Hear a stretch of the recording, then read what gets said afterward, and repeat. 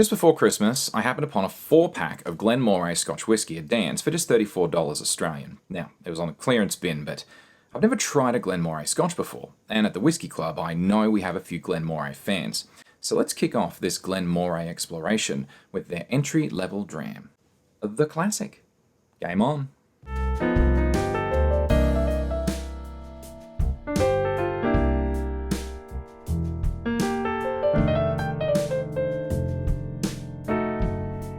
This is Whisky. I'm John Chidgey. Always remember to drink responsibly in moderation and where and when appropriate. Feel free to like and subscribe if you're watching this on YouTube, and visit engineer.network/whisky, without the E, to learn how you can support the show.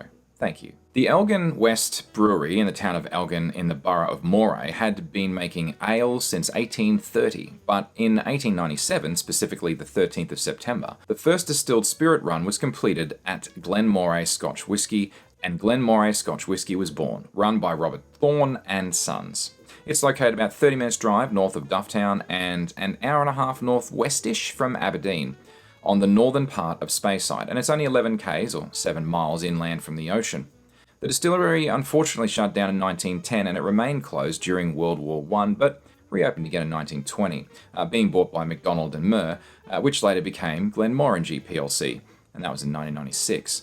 During the 1950s, they purchased the Gallow Crook Farm, whose barley had been used starting in 1897's first spirit run, and also added 2 new copper stills in a new still house, then also took the opportunity to shift away from coal to oil instead for heating their stills.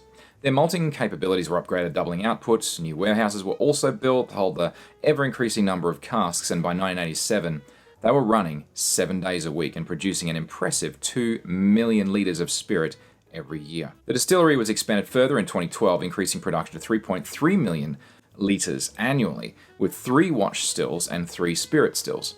And yet again in 2016, then pushing production to 5.5 million litres, with 9 stills operating as of 2023. So yeah, they're a decent sized distillery, that's for sure.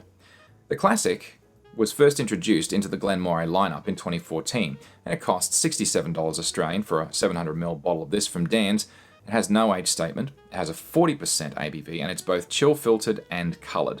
It's considered to be part of Glen Moray's Explorer range of whiskies. The Glen Moray website says the following about the Classic, or as they say, our Classic. Light, smooth and fruity, our Classic is the perfect introduction to the world of single malt Scotch whisky, encapsulating the flavours for which Glen Moray, and indeed Speyside itself, is loved for around the world. Approachable and easy drinking, matured entirely in American oak casks, our Classic opens the door to discovering the rest of Glen Moray's whiskies.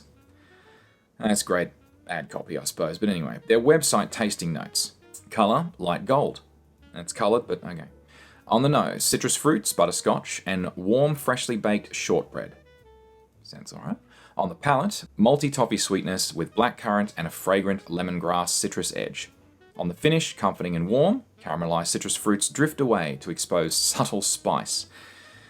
They drift away. Sure thing. Alright, let's give this a shot.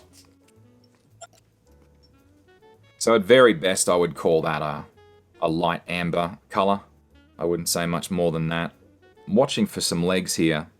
There's a whole bunch forming and, okay, they break away and they run quick. Which, to be honest, isn't really a surprise. Alright, let's see what this is like. Oof. A little bit of... you can smell the ABV a little bit on that, so that you can smell there's oakiness on that for sure. Get a little bit of citrus, a little bit of orange, I would say. I'm searching for shortbread and butterscotch and I'm coming up empty. Yeah, citrusy edge, I would say. A little bit of vanilla. Smells a bit sweet. Alright, let's see what this tastes like. On the mouthfeel, it's actually... It started creamy for a little bit, and then it very quickly tapered off and went a bit thin and watery, but you can't really chew on it, but and now that's all kind of gone. But it was initially promising, it was a little bit buttery to start with, but did not last. I'm definitely getting some malt and toffee, that's for sure, no question at all. Finish is quite short. Finish is, I would say... I mean, having said that, it is short, but there is a bit of a warmth just on the back of my palate that's sort of lingering around a bit. But honestly, it's not a very long finish overall. It's all right. Don't get me wrong. It's perfectly drinkable. It's pleasant enough. Let's see what else we get here. Yeah, so on the second nosing, I actually am starting to get a little bit of that. I'm not sure I'd call it butterscotch. It's just more of a malty toffee kind of a nose. It's not bad. I mean, it's not amazing, but it certainly isn't too bad. This is their entry-level offering, of course. Okay. I'm definitely getting more lemon on my second taste of that. I wouldn't go as far as lemongrass though. I mean, it's got a bit of citrusy lemon, but I also get some orange in there as well, some orange and some citrus. I mean, I'm not getting any black currants or any berries at all. But to be honest, it's not too bad. It starts sweet, but it very quickly dissipates, and you get some more of that bitterness and a little bit of that oaky burn on it too. It's not a massively inspiring whiskey, to be honest with you. I mean, it's pleasant enough. It's pleasant enough, and I've had worse. That's for damn sure. So it's certainly passable. I know it's perhaps not a glowing recommendation, but I mean that's my take on it. That's to my palate. It's perfectly pleasant, but it's not something that is it's not something that's making me smile. So all right. So where does this sit? First of all, on cost, it is a 1. It's very affordable, and that's always a good thing. But where it gets tricky is this? It's certainly not a 3. Is it a 2 or is it a 1? I mean, it feels a bit harsh to call it a 1, to be perfectly honest, because it actually isn't too bad. It's kind of, how do I put it? It's I think everything's relative, but I would be happy enough to sip this neat, but I don't think I'd be having it very often. If you wanted something a little bit of a variety, then that's fine, but I don't think this is quite mixer level Scotch. I think this is kind of just above that. I think this is perfectly fine neat. It's just not to my personal palate. And that starting out buttery is actually kind of nice. It's probably the nicest bit of it, to be honest. That initial mouthfeel is quite pleasant. It's just that it doesn't stick around long, which is kind of a shame. It'll be interesting to see if the older age statements are any better. I imagine they are, but we will find out.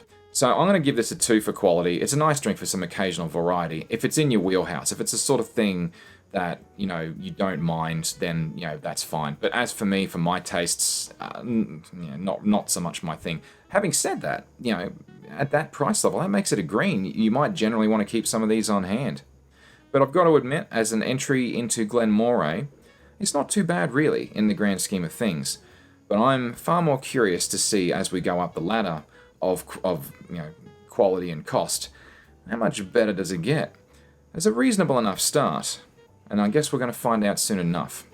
So, you got to start somewhere. Glen Moray, thank you, the original. Cheers. See you next time.